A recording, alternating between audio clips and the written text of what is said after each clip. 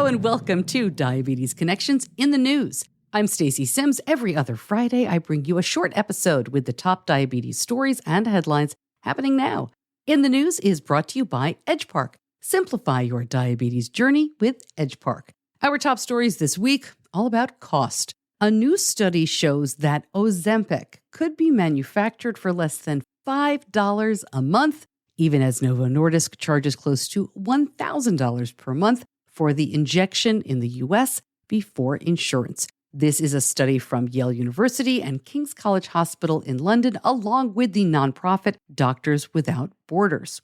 Researchers found that a month's supply of the treatment could be manufactured for somewhere between 89 cents to $4.73. They evaluated manufacturing costs along with profit margin with an allowance for tax to provide those estimates, which they call cost-based prices.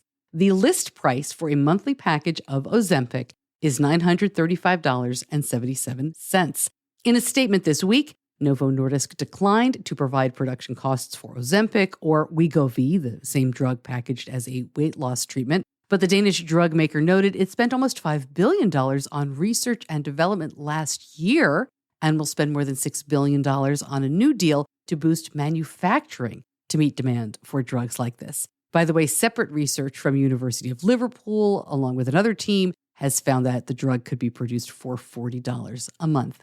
Update on the product shortage from Eli Lilly. I'm being careful not to say insulin shortage because it looks like this is actually a vial shortage. The 10 milliliter vial of Humalog and insulin Lispro injection are or will be temporarily out of stock at wholesalers and some pharmacies through the beginning of April, said Lilly in a recent statement. The company said it is continuing to make the vials and will ship them as soon as they can. They recommend patients talk to their doctor about switching to a pre-filled pen or, quote, other insulin treatment option.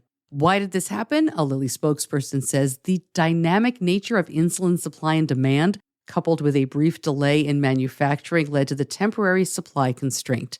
Okay, editorial comment here. This sounds like complete nonsense. I have reached out to Lilly. If you're listening, we would love to have you on the show. For reference, Lilly took in $2.1 billion for the fourth quarter of 2023. That's 3 months net income. So buy some vials and fix this. Okay, back to the news. Medicare will now cover certain weight loss drugs, but not for weight loss, only when they are prescribed to prevent heart attack and strokes. This includes Novo Nordisk's Wegovy, the medication that is identical to Ozempic, but is approved to treat obesity. Last month, the FDA expanded Wegovy's uses, making it the first medication to reduce the risk of heart attack, stroke, and cardiovascular death in people with heart disease and obesity. Since 2003, Medicare has been banned from covering weight loss medications because they are considered cosmetic.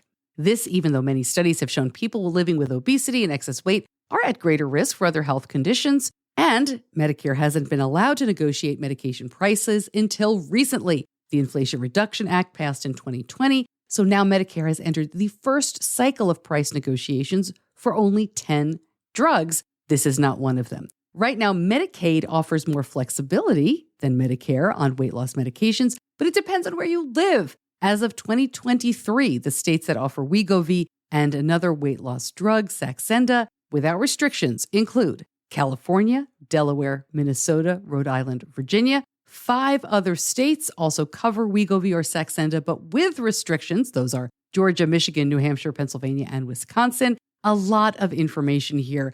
I always link up my sources and the articles with links over at diabetes-connections.com. We continue, though, with these drugs. A new study in the peer-reviewed Diabetes Technology and Therapeutics evaluated the use of tirzepatide, Mounjaro, in overweight or obese adults with type 1. Tirzepatide is approved for managing type 2 diabetes. I'm going to use the brand name Mounjaro here because we are all more familiar with it. In this study, the people with type 1 who took it reported significantly larger declines in BMI and weight. A1C decreased as early as 3 months in the treated group and was sustained through a 1 year of follow-up. Insulin dosing decreased as well. We've been told that there isn't a big enough market for people with type 1 for these drugs, so that studies may not happen, but it looks like they are moving forward. Very promising, but a long way to go. State caps on insulin costs lowered privately insured patients' out-of-pocket spending, but did not appear to increase insulin use.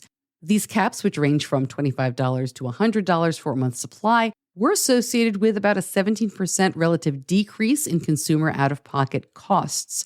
However, the savings were over twice as large, 40%, among patients using health savings accounts. However, insulin use remained constant for nearly all populations, though it increased for lower income patients with HSAs in states with $25 to $30 caps.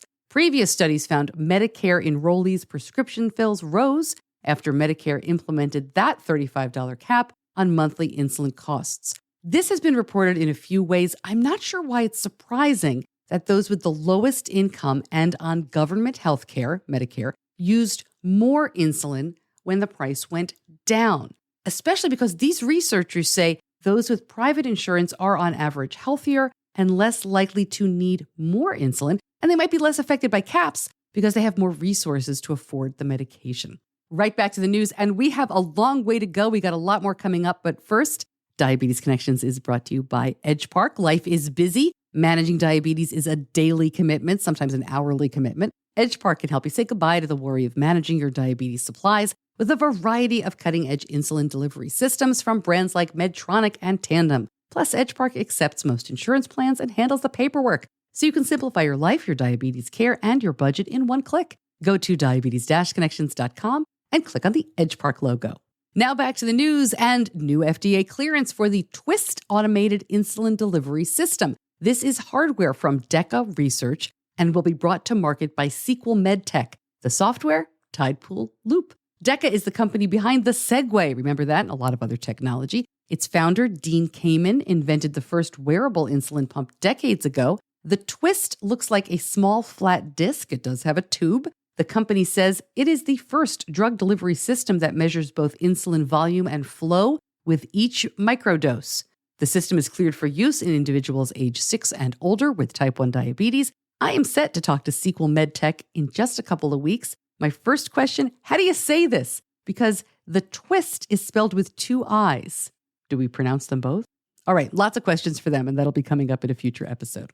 Use of continuous glucose monitoring by patients with type 1 is associated with lower odds of developing diabetic retinopathy. This is a new study published in the Journal of the American Medical Association Network Open.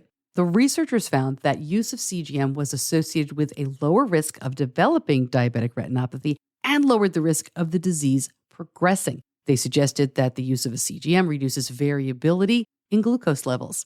A new analysis pouring cold water on the effectiveness of widely used digital diabetes management solutions. Before we go further, and this was buried in most of the articles I saw about this, they're referring not to digital solutions like AID systems or CGM, but to what's called digital health tools that support people with type 2 diabetes. Tools from Dario Health, Gluco, Livongo, Verily, and Virta Health. This is from the Peterson Health Technology Institute, and they say these diabetes apps do not deliver meaningful clinical benefit and result in increased healthcare spending. Now, this organization's first analysis they launched last summer as an independent evaluator of digital health technology. And finally, will we look to cows for insulin production? A genetically altered brown bovine cow produced human insulin in its milk. These results were published in the biotechnology journal Trusted Source, indicate a potential solution for mass-produced insulin. Of course, a lot more research needs to confirm these findings. This is all about genetically modified animals. One researcher says this study highlights the promise this field has in applications for improving health, while the researchers here describe the practical challenges they experienced in this proof of concept study. The implications for increasing the supply of an essential drug could be very impactful. So basically, a long way to go, but wow, that is really interesting. And if you want to read up exactly how they did it and how much insulin this cow is producing, again, all of the links are at diabetes-connections.com. And that is it for In the News. We'll be back in just a couple of days with another long format interview show, whether you're listening on the Diabetes Connections feed or Diabetes Connections Type 2. I hope you will share this episode with a friend. and let them know that we have information that can really help them when it comes to diabetes. Thanks so much for joining me. I'm Stacey Sims. I'll see you back here soon. Until then, be kind to yourself. Diabetes Connections is a production of Stacey Sims Media. All rights reserved, all wrongs avenged.